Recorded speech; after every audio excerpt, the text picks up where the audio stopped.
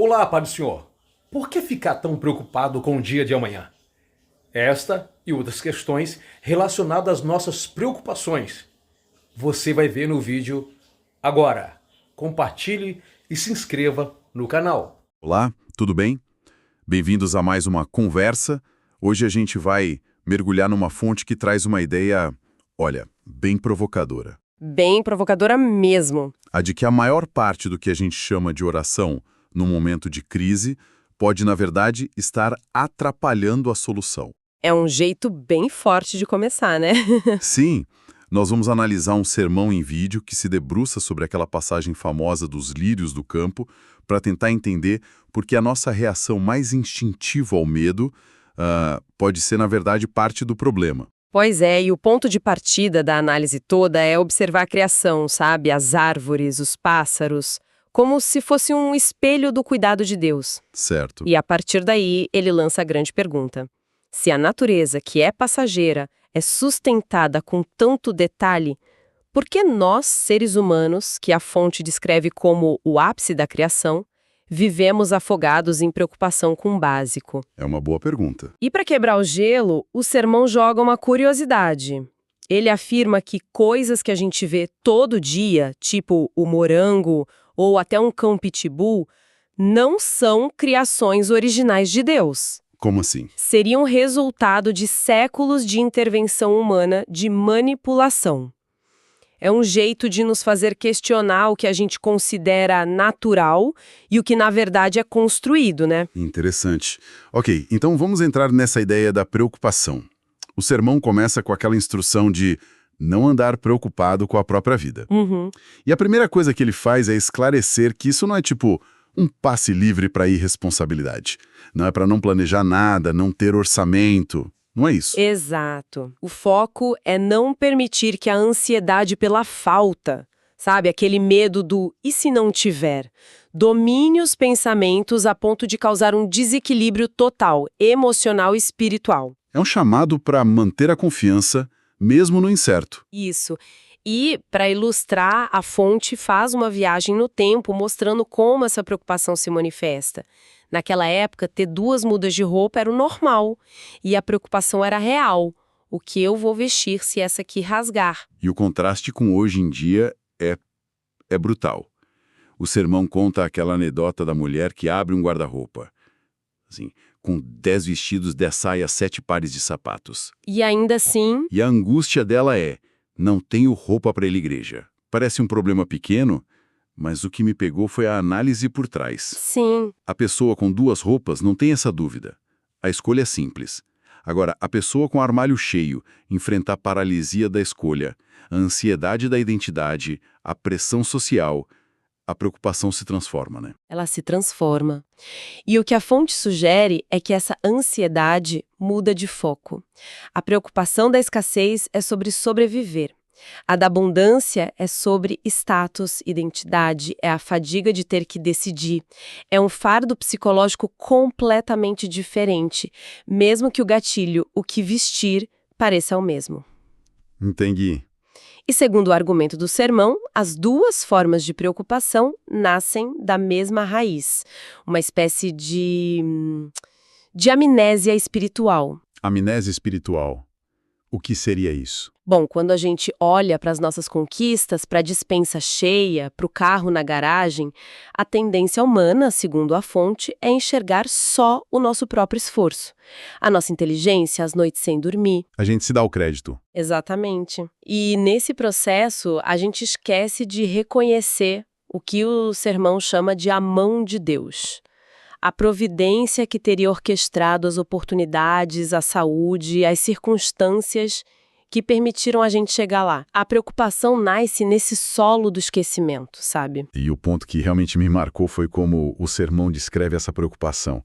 Não só como algo negativo, mas como matematicamente inútil. É uma boa definição. A pergunta retórica que ele usa é devastadora. Qual de vós, por mais que se preocupe, pode acrescentar um único côvado à sua estatura ou 1 hora à sua vida? É uma lógica implacável, né? Totalmente. Preocupar-se é gastar 100% de energia para ter 0% de resultado. E o curioso é que a nossa primeira reação a nos preocuparmos é orar. Mas o sermão argumenta que até essa reação pode ser parte do problema. Certo? Exato. E essa é uma das ideias mais chocantes da fonte. Ele faz uma distinção brutal entre a oração que nasce da fé Certo. e a que nasce do medo. Não é que orar seja errado, mas a origem da oração muda tudo. Uma oração misturada com incredulidade, como ele descreve, não só não ajuda, como pode até ser vista como uma ofensa. O exemplo que ele usa para isso é muito, muito poderoso. Moisés. O povo hebreu tinha acabado de sair do Egito. Tinham testemunhado 10 milagres, assim, cinematográficos. 10 provas de poder. Aí eles chegam na beira do Mar Vermelho, olham para trás e veem o exército de Faraó, a maior potência militar da época, vindo para aniquilá-los. O cenário do pânico. Total. E o que Moisés faz? Ele ora. Mas, na interpretação do sermão, não foi uma oração de confiança. Foi um clamor de pânico. E a resposta divina, nesse contexto, é surpreendente. Não é um calma, meu filho. É uma repreensão. Exato. Porque clamas a mim, diga ao povo que marche. A lição que o sermão tira daí é que a fé genuína se manifesta em ação, baseada no que já foi visto. Incrível isso. A fonte chega a sugerir que, se Moisés, em vez de clamar em desespero, simplesmente tivesse se virado para o povo e dito, marchem em direção ao mar, o milagre teria acontecido como resposta a esse ato de confiança absurda. A ação de fé deveria vir antes da solução visível. Precisamente. Isso vira de cabeça para baixo a nossa ideia de oração. A gente geralmente pensa nela como o primeiro passo, um pedido de permissão. Mas aqui, a ideia é que a atitude de confiança, o marchar, já é a oração na sua forma mais pura. Exato. A oração de desespero, por outro lado, revela essa amnésia espiritual que você falou. É como se os 10 milagres do Egito tivessem sido apagados na memória no primeiro sinal de perigo. Sim, exatamente. A oração, na visão do sermão, deve ser uma afirmação de confiança, não um SOS de desespero. Ele reforça isso com a passagem de Hebreus: aquele que se aproxima de Deus deve crer que ele existe e que é galardoador dos que o buscam. A fé como pré-requisito. A fé é o pré-requisito, não o resultado da oração. Sem essa base de confiança, as palavras se esvaziam. A análise é até dura, afirmando que alguém pode passar 24 horas falando com Deus, mas se for a partir de um lugar de dúvida e medo, pode terminar o dia se sentindo pior, porque só reforçou o próprio ciclo de ansiedade. Então, se a fé se manifesta em ação, como que isso se traduz no nosso dia a dia? Especialmente em algo tão concreto como, sei lá, as finanças. A fonte mergulha a fundo nisso. Sim, e usa um exemplo muito prático, quase como um diagnóstico do coração. Certo. Imagine alguém com dificuldades financeiras fazendo uma lista de contas a pagar. Aluguel, luz, água, cartão de crédito. Segundo o sermão, é muito comum que o dízimo ou a oferta para a igreja fique lá no fim da lista. Por último, né? E se o dinheiro acaba antes, é o primeiro item a ser cortado. A fonte não trata isso como um problema de contabilidade, mas como um sintoma que revela onde, de fato, não está a prioridade da pessoa. E ele ilustra essa desconexão entre o que se diz e o que se faz com outra anedota. A do carro, né? Essa mesmo. A da pessoa que afirma estar muito apertada, sem condições de contribuir, mas que na semana seguinte aparece com um carrão parcelado em 60 vezes. É uma imagem forte. Sim. E é fácil julgar, mas acho que todo mundo tem o seu carrão parcelado, né?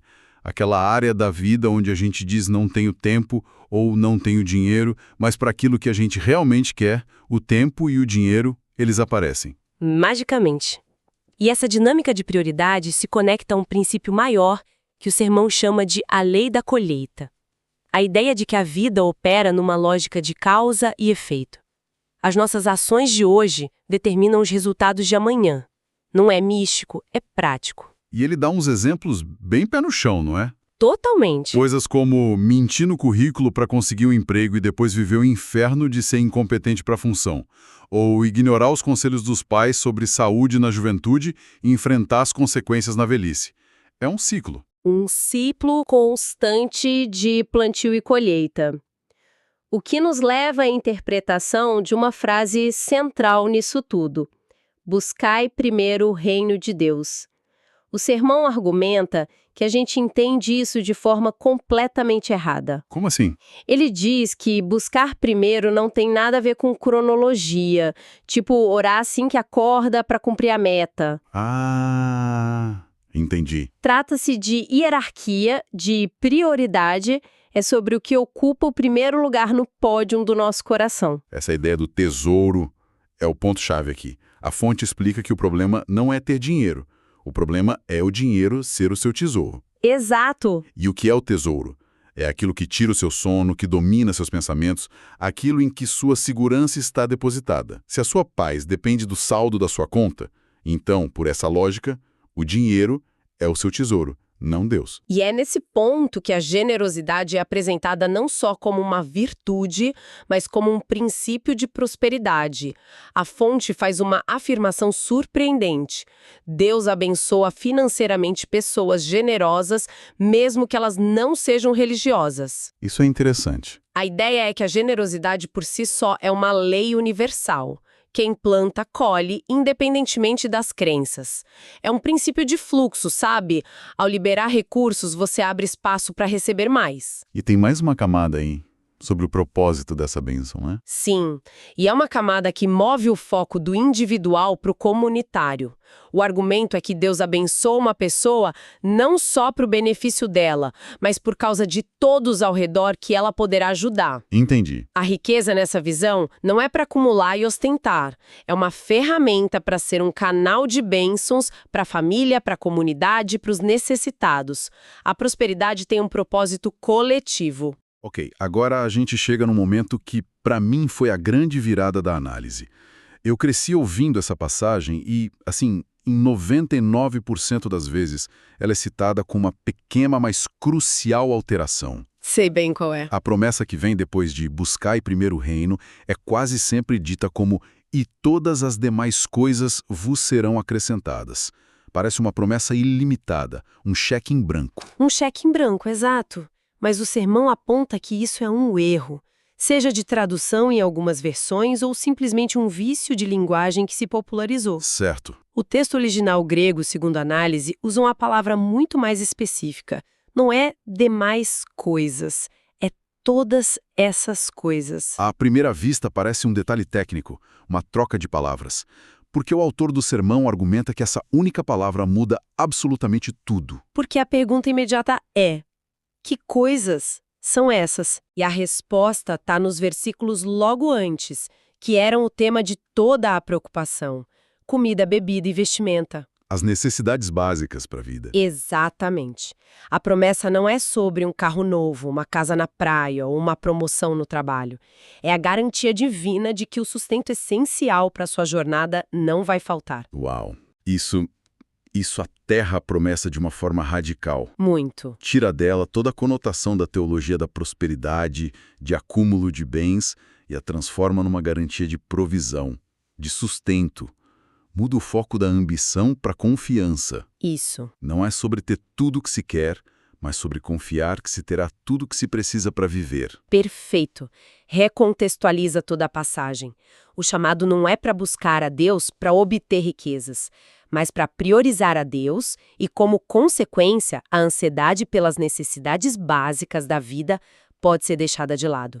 A garantia é de sobrevivência, não de luxo. Então, resumindo o nosso percurso aqui, a mensagem central que a gente extrai dessa fonte é um chamado poderoso para uma confiança diária prática. Um convite para reprogramar nosso olhar, usando a natureza como um lembrete constante do cuidado divino, e para lembrar que, segundo o texto, o valor de uma vida humana é imensuravelmente maior.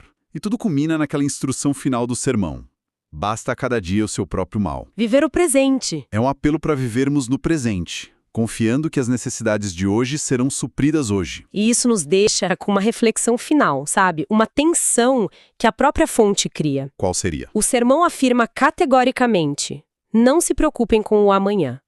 Ao mesmo tempo, ele tem o cuidado de dizer que planejamento e responsabilidade não são errados. Certo, essa é uma tensão real. Isso levanta uma questão fundamental para a nossa vida moderna, que é quase toda construída em torno do planejamento de longo prazo, onde a gente traça a linha. Onde termina o planejamento prudente e essencial, como poupar para aposentadoria, fazer um seguro de vida, investir na educação, e onde começa a ansiedade, que, segundo a fonte, demonstra falta de fé. É a grande questão. Como uma pessoa pode, na prática, equilibrar a responsabilidade de se preparar para um futuro incerto com o chamado radical para confiar plenamente na providência de cada dia? Essa é a pergunta que fica no ar.